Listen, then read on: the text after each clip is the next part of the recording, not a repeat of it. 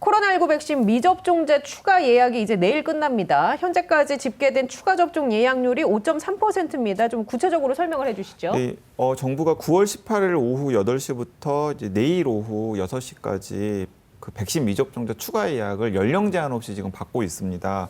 자, 그런데 추가 접종 예약률이 5.3% 정도밖에 안 돼요. 평균적으로 연령대 다 묶어서. 연령 평균적으로 50대가 8.8%로 좀 높은 편이고요. 그리고 18세에서 29세, 20대가 5.7%, 30대, 40대가 기대보다 좀 낮고 60대 5.3%, 그리고 70대, 80대도 생각보다 낮습니다.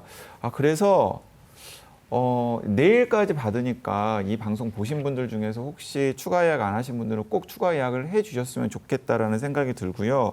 근데 내일 6시까지 추가 예약을 받은다고 하더라도 잘해봐야 한 10% 정도 될 것 같거든요. 그러면 이제 그 나머지 안 하신 분들은 고스란히 미접종자로 당분간 남을 가능성이 큰데, 그러면 지금 70대, 80대 중에서도 미접종자가 꽤 있는 셈이 되는 거고요. 그리고 30대, 40대 같은 경우는 활동량, 이동량이 많은데도 불구하고 미접종자가 꽤 있는 것으로 보이니까 제가 이제 몇 차례 말씀드렸습니다만은 이분들 한 적게는 300만 명에서 많게는 한 400만 명 정도가 우리 방역에 이제 두고두고 부담이 될 가능성이 커서 이제 이 부분들을 어떻게 해야 될지가 앞으로 관심사가 되지 않을까 싶습니다. 이 부분을 어떻게 해야 할까요, 교수님? 이 부분을 해결하기는 굉장히 이제 힘듭니다, 사실은. 그러니까 우리가 소위 얘기하는 찐 거부자들이 여기에 해당하는 거죠. 그렇습니다. 이제 외국의 사례나 우리의 사례나 이제 힘듭니다. 예를 들면 이런 거예요.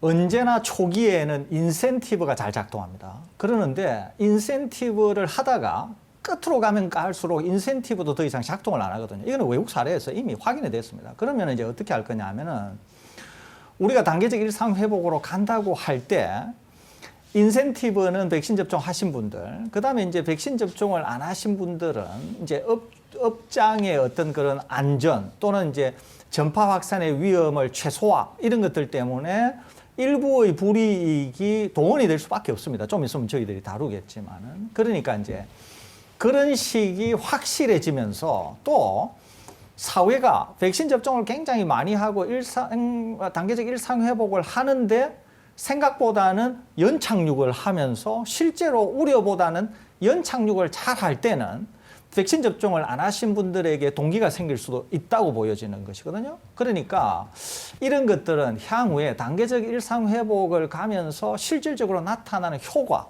이런 것들이 일부 영향을 미칠 것으로 보이고, 뭔가 강압적인 수단을 동원하는 것은 적당하지도 않지만 효과라고 하는 점에서도 굉장히 제한적이기 때문에 그런 점에 있어서는 딱히 좋은 방식을 찾기가 좀 어렵지 않겠나 이런 생각이 듭니다. 이제 반은 이제 농담으로 이런 식으로 말씀하시는 분들도 있더라고요. 그러니까 우리나라에서 유일하게 통할 수 있는 백신 인센티브는 주택 청약할 때 가점 주는 거다. 그러면 아마도 30대, 40대 중에서 혹은 50대 중에서 또 그리고 이제 어르신들 같은 경우에도 그 부양자로 등록되어 있는 경우 있지 않습니까? 그러면은 우리 아들이 혹은 우리 딸이 주택 청약할 때 내가 백신 접종하면 도움이 좀 되지 않을까 싶어서 맞는 분들이 있지. 근데 사실은 그걸 연동시키기는 어렵잖아요. 그렇기 때문에 우리나라에서 웬만한 백신 인센티브로는 이 찐 백신 접종 거부하시는 분들을 움직이기는 좀 쉽지 않을 거다라는 전망이 나옵니다. 이제 강 기자님이 소위 말해서 이제 시중에 돌고 있는 얘기, 좀 우스개 얘기를 하신 것으로 생각이 돼요. 그런데 이제 우리가 우스갯소리지만 한번 생각해 볼 것은 이거예요. 그러면 백신 접종을 안 하고 버틴 사람에게 혜택을 주는 거잖아요. 그러면은 백신을 맞은 분들이 불만을 제기할 수 있어요. 그렇죠. 이게 문제가 생길 수 있어요. 또 하나는 언제나 이와 유사한 일이 생길 때는 이런 것들이 또 확대 적용이 될 가능성이 생기는 거거든요. 그때는 그랬는데 지금은 왜 이럴 수 있거든요. 그러니까 이거는 순전히 제 생각인데 나중에 단계적 일상 회복으로 가게 되면 방금 말씀드린 이제 형평성 차원이나 이런 것들 때문에 아마도 불이익 쪽으로 가닥을 잡지 않을까. 제 예상은 그렇습니다. 불이익 쪽으로 가닥을 잡아야 대부분의 사람들, 그러니까 이제 백신 접종을 안 한 분들은 불이익이기 때문에 불만이 있을 수 있지만 댓글로도 그런 얘기 남겼어요. 어떤 분이 백신으로 차별하는 거냐. 아마 이제 미접종자인 분들의 주장이겠죠. 그분들이 그렇게 말씀하실 수는 있는데 강 기자님 방금 말씀하시는 것과 여러 가지 우리가 인간이 가지고 있는 공통적인 생각 이런 걸 보면은 오히려 불이익 쪽으로 가야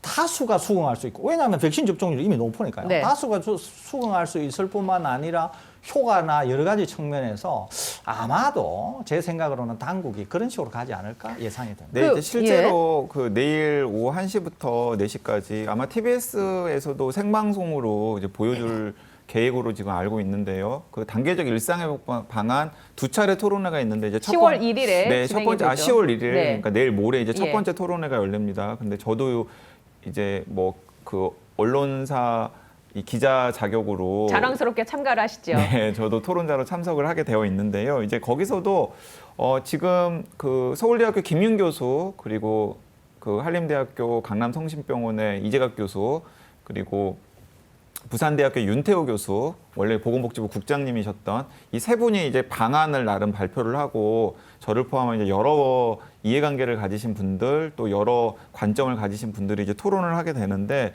아마 거기서도 이 인센티브와 역 인센티브 그러니까 디스인센티브와 관련된 여러 가지 의견들이 나올 것으로 생각하고 있고 우리 방역 당국도 그런 식으로 지금 좀 가닥을 잡은 것 같아요. 네. 예를 들어 이런 겁니다. 그러니까 지금 이 집합금지와 영업시간 제한을 적용받는 이제 많은 업장들이 있지 않습니까? 예. 뭐 식당, 카페, 뭐 유흥업소, 뭐 노래방, 그리고 일부 다중이용시설 등등에서는 그런 이제 여러 가지 뭐 집합금지 그리고 시간에 대한 제약을 받는데 그 집합금지나 시간의 제한을 많이 풀고 예. 많이 풀되 그 푼 부분의 혜택은 온전히 백신 접종 완료자에게 제공하는 방안.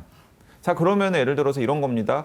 뭐 식당이나 카페 영업 시간이 10시에서 12시로 이제 늘어났어요. 12시로 늘어났습니다. 아니면 아예 영업 시간 제한이 없어질 수도 있겠죠. 그러면 백신을 온전하게 접종하신 분들 같은 경우는 그걸 다 누릴 수가 있는 거죠. 예. 근데 백신을 접종하지 못하실 분들 같은 경우는 본인의 안전을 위해서 그리고 혹시 그분이 감염되었으면 다른 사람들에게 위해를 끼칠 수 있기 때문에 그 혜택을 누리지 못하게 되는 겁니다. 자, 이 부분에서 제가 궁금한 게 생겼습니다. 물론 지금 얘기해 주신 거 강론이긴 한데 오늘은 강론부터 좀 이야기를 진행시켜 보죠. 뭐냐 하면 지금 얘기해 주신 것처럼 집합금지 업종이나 영업 제한 업종에서 시간을 뭐 지금은 10시지만 자정까지로 늘린다든지 아니면 영업시간 제한을 푼다든지 하는 혜택이 백신 접종을 완료한 사람들에게 제공될 가능성이 크잖아요.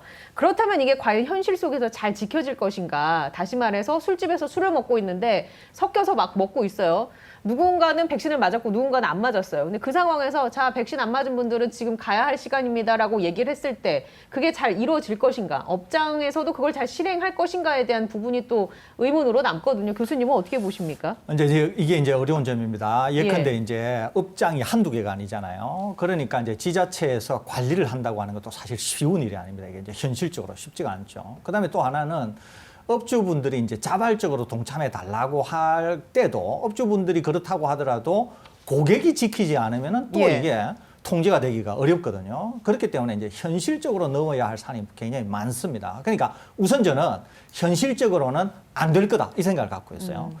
대신 우리가 다시 한번 어려워지게 되면은 또 단계적 일상 회복을 잠시 멈추고 어려운 상황으로 다시 돌아가야 된다는 거예요. 그러니까 국민 전체가 그것이 업주분이든 예. 아니면은 그 업장을 이용하는 다수의 일반인이든 상관없이 이런 데에 대한 확실한 인식이 없고서는 사실은 단계적 일상 회복으로 갈 때 곳곳에서 이제 암초를 만나게 된다는 거죠. 그러니까 이제 그것을 앵커께서 지적하고 예. 계신데 이걸 그러면 어떻게 극복할 거냐? 사실은 시청자 여러분들도 생각하실 때 이걸 뭐 해결할 수 있는 방법이 있겠습니까? 방법이 없다는 거죠. 그러니까 오히려 이제 이렇게 어려울 때 우리가 옛날에 겁모으기 했던 것처럼 성숙한 시민의식 또 모든 분들이 동참해야 단계적 일상 회복을 가면서 우리가 실제로 이 코로나를 극복할 수 있다라고 하는 확실한 인식이 없고서는 예. 굉장히 이 문제를 해결하기는 어려울 것 같습니다. 그런 선례를 보여주는 게 제가 생각했을 때는 싱가포르 사례가 아닌가 싶습니다. 싱가포르가 백신 접종률이 80%가 넘어서 위드 코로나, 그러니까 단계적 일상 회복을 시작했잖아요. 그럼에도 불구하고 확진자가 폭증하니까 잠시 방역 당국이 놀라서 주춤거리면서 다시 강화하는 쪽으로 갔단 말이죠. 예를 들면은 식당 모임의 경우에도 지금 인원이 다시 2명으로 5명에서 2명으로 줄어들게 되고, 이런 부분은 이제 또 고스란히 자영업자들의 피해로 넘어갈 것이고, 네, 그래서 이런 선례를 반복할 수도 있다라는 그래서 얘기죠. 저는 이제 예. 좀 더 심플한 계획이 필요하지 않나 하는 생각이 드는데요. 제가 10월 1일 토론회 때는 이제 구체적으로 약간 이제 악역을 맞는다라고 생각을 하고, 자, 이렇게 생각하시면 됩니다. 예를 들어서 지금 카페라던가 식당이라던가 뭐 술집이라든지 아니면 유흥업소 같은 것들 이용하신 분들은 다 성인들이잖아요. 그러면 전체 인구 대비 80% 정도가 백신 접종을 했다 그러면은 한 4,100만 명 정도가 백신 접종을 한 상태고 1,100만 명 정도가 남는데, 그 1,100만 명에서 0세부터 17세까지 미성년자 800만 명을 빼면 한 300만 명에서 예. 400만 명 정도의 성인이 남는 거거든요. 그러면 우리가 그 300만 명이나 400만 명의 백신을 거부하신 분들의 편의를 위해서 공동체가 얼마나 희생을 해야 되는지에 대해서 한번 좀 우리가 사회적으로 토론을 해볼 필요가 있다라는 거죠. 그래서 저는 이제 그날 토론회에서 이제 악역을 맞기를 전제하고 토론을 위해서 제가 어떤 방안을 제안을 할 거냐고 하면은 아예 저는 매장 출입을 금지시키는 걸 저는 해야 된다고 아예 생각합니다. 입장 자체를 금지. 그러니까 제한해야 그분들은 백신 자유롭게 접종 안 하신 거 인정한다라는 거죠. 그러면 대신에 식당이나 카페 등을 이용할 때는 테이크아웃만 가능하고, 그리고 고위험 시설인 유흥업소 같은 곳은 이용을 못 한다라는 겁니다. 예. 그러니까 그러면 일단 들어와 있는 분들을 쫓아내기는 굉장히 어려워요. 그런데 아예 처음부터 백신 접종 완료자가 아니신 분들은 못 들어옵니다라고 하면 훨씬 더 관리하기가 수월해지는 거죠. 그런 상황에서도 억지로 들어오려고 그러면 바로 112 눌러가지고 신고를 해야 되는 거죠.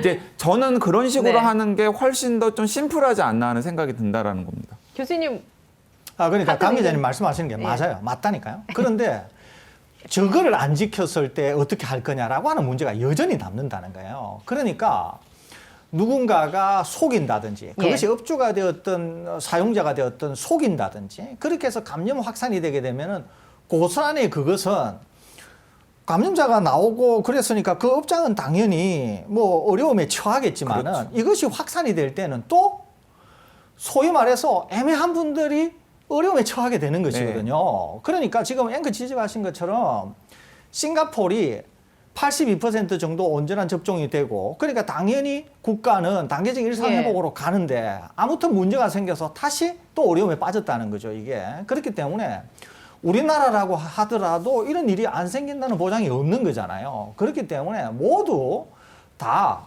어떤 주어진 원칙을 지킨다고 하는 그런 큰 테두리 내에서 동의를 하시고 하나같이 그런 거를 받아들이고 지키려고 해야 이 단계적 일상 회복으로 가지. 그러지 않으면 모든 업장에 모든 감독자가 있어서 감독을 하는 게 아닌데 이게 지켜지겠냐는 거예요. 그렇기 때문에 제가 다시 말씀드리는데, 성숙한 시민의식이 이렇게 위기일 때 발휘되지 않으면 이 문제는 해결하기 어렵다. 그 말씀을 제가 드리는 겁니다. 알겠습니다.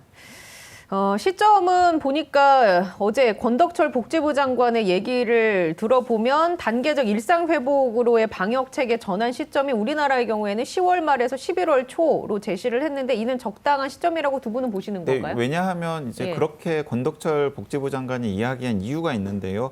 지금 속도대로 가면은 백신 2차 접종 완료자의 전 국민 대비 비율이 한 10월 말 정도가 되면은 70%를 넘어서서 80%대에 육박할 가능성이 굉장히 큽니다. 그리고 성인만 놓고 봐도 한 80% 이상이 백신 접종 완료자가 되는 시점이기 때문에 그것보다는 더 미뤄서는 안 된다라는 생각을 방역 당국이 가지고 있는 것으로 보이고요. 저는 사실은 그 정도면은 이제 적당한 시점이라는 생각이 드는데, 문제는 그때 시작하는 게 중요한 것이 아니라 그 시작하는 시점까지 여러 가지 준비들을 좀 해야 되잖아요. 과연 이제 준비를 제대로 할 것인가가 오히려 더 중요하다는 생각이 듭니다. 준비는 잘 되고 있다고 하던가요? 그쪽 뭐 관계자분들 얘기를 근데 들어보면. 지금 의견 수렴을 하기 위한 토론회가 첫 번째 토론회가 내일 모레 열리는 거잖아요. 그러니까 어떻게 보면 준비가 오히려 늦은 걸 수도 있죠. 준비가 잘 될 거라고 믿습니다. 자, 그러면 아까 전에 얘기한 것처럼 집합금지 업종이나 영업 제한 그 시간 같은 게 좀 풀릴 수가 있고 다른 것들 우리가 좀 눈여겨봐야 할 것들이 있을까요? 이제 위드 코로나 단계적 일상 회복에 대한 로드맵. 지금 이제 여러 가지 방안들이 안에서 논의가 되고 있기 때문에 제가 뭐 확정적으로 말씀을 예. 드리기는 그렇습니다만은 몇 가지 이제 변화되는 부분들이 있을 텐데요. 사실은 다 이 코로나 특보에서 다뤘던 내용들입니다. 예를 들어서 단계를 격상하거나 혹은 단계를 내릴 때 그러니까 지금 코로나19의 위험도를 평가를 할 때 계속해서 설대우 교수님께서 어느 순간이 되면 확진 환자의 숫자보다는 뭐 치명률이라든지 아니면 중증 환자가 몇 명이나 발생해서 의료 체계에 얼마나 부담을 주는지 예. 같은 내용들이 훨씬 더 중요해질 것이다라고 여러 차례 말씀을 하셨잖아요. 근데 이제 바로 그런 내용들이 이제 지금의 위험도를 평가할 때 어떻게 해야 될 것인지에 들어가고요. 그리고 또 다른 하나는 지금 가장 크게 희생을 하고 또 피해를 보고 계시는 분들이 그 생계형 자영업자들이시잖아요. 지금 뭐 집합금지라든가 영업시간 제한 때문에 고통을 받으시는 분들. 그러니까 그분들의 고통을 덜어줄 수 있는 방안. 그건 사실은 집합금지를 풀고 예. 그리고 영업시간을 늘려주는 것밖에 없죠. 네. 이제 그런 것, 그것과 관련된 인센티브 혹은 역인센티브를 어떤 식으로 조화를 할지 등등이 구체적으로 이야기가 될 것으로 보입니다. 이제 저는 이 생각을 하고 있습니다. 엊그제 우리가 추석 연휴가 되면서 토요일 날 3,270여 명이 나오면서 깜짝 놀랐잖아요. 예. 그때 우리가 무슨 얘기를 했냐면 바로 그 금요일 날에 단계적 일상회복으로 지금 이 상황에서 갈 수 있을 것이냐. 이 얘기를 우리가 한 적이 있거든요. 그 앵커가 질문을, 예. 물어보셨잖아요, 저한테. 예. 그래서 제가 그때 뭐라 그랬냐면은 반드시 가야 된다. 안 갈 아무런 이유가 없다. 안 가면 더 이상한 거다. 그리고 소상공인 자영업자에게 약속한 대로 정부는 가야 된다. 특히 제가 뭐라고 말씀을 드렸느냐 하면은 성인 대비 80%, 전 국민 대비 70%, 그다음에 고령층 90%라고 하는 게 다 달성이 되었는데 안 가면은 그러면은 단계적 일상 회복을 언제 갈 거냐고 제가 예. 그 말씀을 드렸잖아요. 그러는데 어제 이제 권 보건복지부 장관께서 제가 주장했던 제 주장을 하신 건 따라 하신 건 아니지만 제가 주장하신 그대로를 말씀하신 거예요. 가겠다고 말씀하셨거든요. 그런데 제가 지난주에 그렇게 확진자가 많이 나올 때 제가 그랬습니다. 이것은 오늘 정도에 피크를 찍고 내려갈 거다. 안정화될 거다. 그렇기 때문에 우리는 일정대로 가야 된다. 제가 분명히 그런 말씀드렸지 않습니까? 실제로 확진자가 늘어났다가 줄어들 겁니다. 그리고 우리는 백신 접종률이 충분하기 때문에 예. 정부가 소상공인 자영업자분들에게 약속한 대로 그 일정대로 간다고 해도 크게 문제될 게 없어요, 사실은. 왜냐하면 우리 당국이 지금 어제 권 장관께서 뭐라고 말씀하셨냐면은 하루에 확진자가 3,500명 정도 나와도 우리 의료 체계가 충분히 감당 가능하다. 그렇기 때문에 실제로 정부 일정대로 단계적 일상회복으로 가겠다고 상당히 강경하게 쐐기를 박듯이 말씀하셨거든요. 예. 저는 제가 그런 주장을 한 사람이기도 하지만은 저는 정부가 약속을 지킨다. 또 정부가 실제로 일정대로 가야 된다고 하는 점에서 저는 상당히 지지하는 입장입니다. 그러면서 우리 국민들께서 백신 수용성이나 마스크나 이런 것들이 굉장히 우호적이기 때문에 정부가 이 일정대로 간다고 해도 저는 상당히 연착륙을 할 가능성이 있다고 보는 사람이에요. 저는 예. 싱가포르와는 달리 우리는 더 연착륙할 거라고 보는 거죠. 그렇기 때문에 저는 두려움 없이 일정대로 가면 좋겠다. 이 생각을 저는 가지고 있습니다. 자, 그러면 교수님한테 이 질문 드릴 수밖에 없습니다. 뭐냐면 교수님도 그렇고 정부 관계자들도 그렇고 많은 분들이 단계적 일상 회복 원하는데 이런 설문조사가 나왔습니다. 뭐냐면 국민들에게 코로나19로부터 안전하다고 느끼는 기준이 몇 명이냐 했더니 지금 보시다시피 일 확진자 평균 121명입니다. 그리고 사망자 규모는 연평균 1,000명 이하. 이런 식으로 대답을 했어요. 그러니까 교수님과 정부 안과는 조금 온도차가 있습니다. 교수님 어떻게 보십니까? 이런 상황 속에서 국민 정서는 이렇게 지금 설문조사에서 나오고 있는데 우리가 흔들림 없이 일상 회복을 갈 수 있을지. 저는 갈 수 있다고 봅니다. 우선 하나는 몇 가지 짚어보겠습니다. 우선 하나는 국민들께 이런 여론조사를 하는 것은 국민들께서 어떤 생각을 갖고 계신가 하는 것을 참고용으로 알아보기 위해서 할 필요는 있습니다, 우선. 그런데 제가 여러 번 말씀드렸잖아요. 방역과 같은 것은 고도의 전문 영역이기 때문에 국민들께서 어떻게 생각하시는가 하는 것을 반영할 필요는 있지만은 그대로 따라가서는 안 된다고 제가 말씀을 드렸잖아요. 감정적인 그죠? 부분이나 여론으로 휘둘릴 부분이 아닌 게 그렇습니다. 분명히 있다. 그러니까 방역 당국 예. 예를 들면 이런 거예요. 국민들이 투표를 해서 어떤 백신을 도입하자 이런 게 아니잖아요. 고도의 전문 영역이기 때문에. 그러니까 책임 있는 정부 기관이 그 책임을 갖고 끌고 가야 되는 거예요. 다만 국민들이 어떤 생각을 하고 계시나 하는 것은 살펴볼 필요는 있다는 거죠. 그렇지만 국민이 결정하는 것은 아니라는 거예요. 첫째 하나는. 예. 그 점을 명확해야 된다는 거예요. 두 번째는 국민들께서 말씀하시고 있는 게 이해는 되지만 실현 불가능한 것도 있거든요. 예를 들면 1확진자 평균이 121명이 되는 것은 바이러스의 속성상 바이러스 학적으로는 불가능하다 이렇게 볼 수 있어요. 앞으로 불가능한 앞으로는 수치다. 불가능한 수치예요. 이거는. 더더구나 우리가 확진자를 발표를 안 할 때는 실제로 1확진자는 정부는 알고 있겠지만 일반 국민은 모를 수도 있어요. 그렇지만 1확진자가 121명이 되는 것은 불가능한 수치입니다. 오늘 시간이 없어서 못할 수도 있어요. 그런데 제가 다음에 한번 설명을 드리겠습니다. 그 다음에 연평균 1,000명 이하는 충분히 달성이 가능합니다. 이거는 백신 때문에 그래요. 그렇기 때문에 1,000명 이하로의 사망은 앞으로는 1,000명 이하가 될 가능성이 많습니다. 또 하나는 국민들께서 확진자 규모 통제가 여전히 중요하다고 말씀하셨잖아요. 그러니까 국민들께서는 확진자에 굉장히 민감하다고 하는 건 이해가 돼요. 예. 그렇지만은 오늘 시간이 없어서 설명을 못 할 수는 있는데 확진자가 중요하지는 않습니다. 사실은 단계적 일상 회복으로 예. 갈 때는. 그러니까 다시 국민들이 말씀하시는 거는 충분히 당국이 받아들이고 반영은 해야 되겠지만 국민이 생각하시는 방향대로 가지는 않는다고 하는 것. 또 그렇게 갈 필요도 없다고 하는 것. 오로지 정부 방역 당국은 스스로의 책임을 갖고 끌고 가야 된다고 하는 점. 또 크게 흔들려서는 안 된다고 하는 점. 이런 점들을 제가 다시 말씀드립니다. 자, 그러니까 이제 이런 상황이 돼야 됩니다. 예. 이제 가장 이상적인 상황은 어떤 상황이냐면 그 숫자는 별로 중요하지 않아요. 뭐 하루에 3,000명이 생기는지 4,000명이 생기는지가 중요하지 않아. 우리가 겨울에 계절 독감 환자들 굉장히 많이 생기는데도 불구하고 독감 환자 몇 명 생기는지 모르잖아요. 그리고 감기 환자 많이 생겼지만 감기 환자 카운팅하지 않지 않습니까? 그러니까 어느 순간부터 우리 시민들이 코로나19 환자가 몇 명 나왔는지 별로 관심이 없거나 아예 발표도 하지 않고 그러다가 중증 환자가 나와가지고 사망을 했으면 아 저분은 안타깝게도 백신 접종 안 했나 보다. 아유 백신 좀 미리 좀 맞지. 이제 이렇게 점점점 코로나19에 대해서 좀 관심이 멀어질 때, 예. 이제 그럴 때 사실은 근데 그 안에서는 계속해서 아마 환자들이 생기고 있을 거예요. 환자라기보다는 감염자들이 생기고 있겠죠. 자신도 모르게 바이러스 감염되었다가 백신 접종했으니까 그냥 바로 그냥 이렇게 뭐 하루 이틀 정도 약간 몸이 무거웠다가 바로 낫는 뭐 이런 상황들을 반복해서 카운팅을 하면은 엄청나게 많은 숫자의 코로나19 확진 환자가 있을 수도 있지만은 사실은 많은 시민들이 거기에 대해서 별로 관심도 가지지 않고 공포심도 가지지 않는 그런 예, 상황. 그런 그런 상황. 상황이 이제 우리가 바로 지향하는 위드 코로나의 상황이겠죠. 그런 상황이 당장은 오지 않을 것 같고요. 물론 과도기가 있고 연착륙하는 시기가 있을 테니까 시차가 있겠죠. 근데 이제 교수님 해주신 것처럼 이런 모든 결정은 국민이 결정하는 것이 아니다. 전문 영역이고 방역 당국의 그 확실한 결정 하에서 이루어지는 것들인데 저는 이제 우려되는 부분이 이겁니다. 끝으로 이 질문 드릴 텐데요.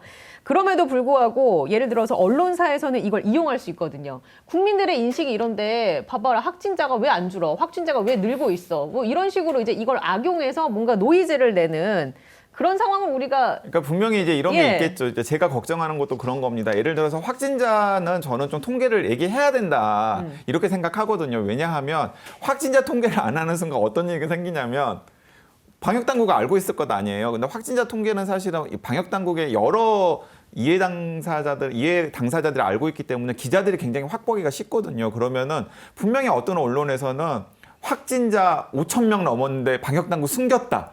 뭐 이런 식의 보도가 나올 가능성이 네. 있어 보입니다. 그런데 그런 보도를 보고도 시민들이 되게 우습게 생각해야 되는 상황이 우리가 이제 원하는 상황인 거죠. 예. 쉽게 말씀드리면 이게 단계적 일상 회복은 그냥 뭐라고 이해를 하시면 되냐면 우리 시청자분들이 요즘에 겨울 독감 시즌이라고 생각하시면 돼요. 그러니까 요즘에 겨울 독감 시즌에 모든 국민이 백신 접종을 안 해요. 독감 백신 접종을.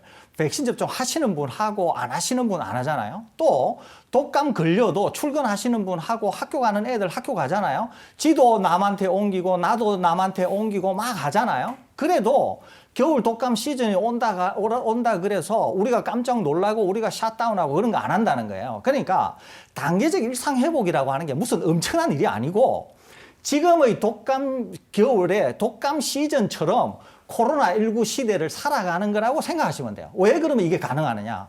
백신 접종률이 높아지면 사망자나 위중증자가 줄어들면서 독감처럼 감염이 되어도 학교 가도 되고요. 그 다음에 감염이 되어도 출근을 하지만은 사망자나 위중증자가 나오지 않기 때문에 그냥 아무도 신경을 안 쓰는 형태로 일상생활을 예. 영위한다는 거예요. 그렇기 때문에 그것이 단계적 일상회복이다. 이렇게 이해하시면 됩니다.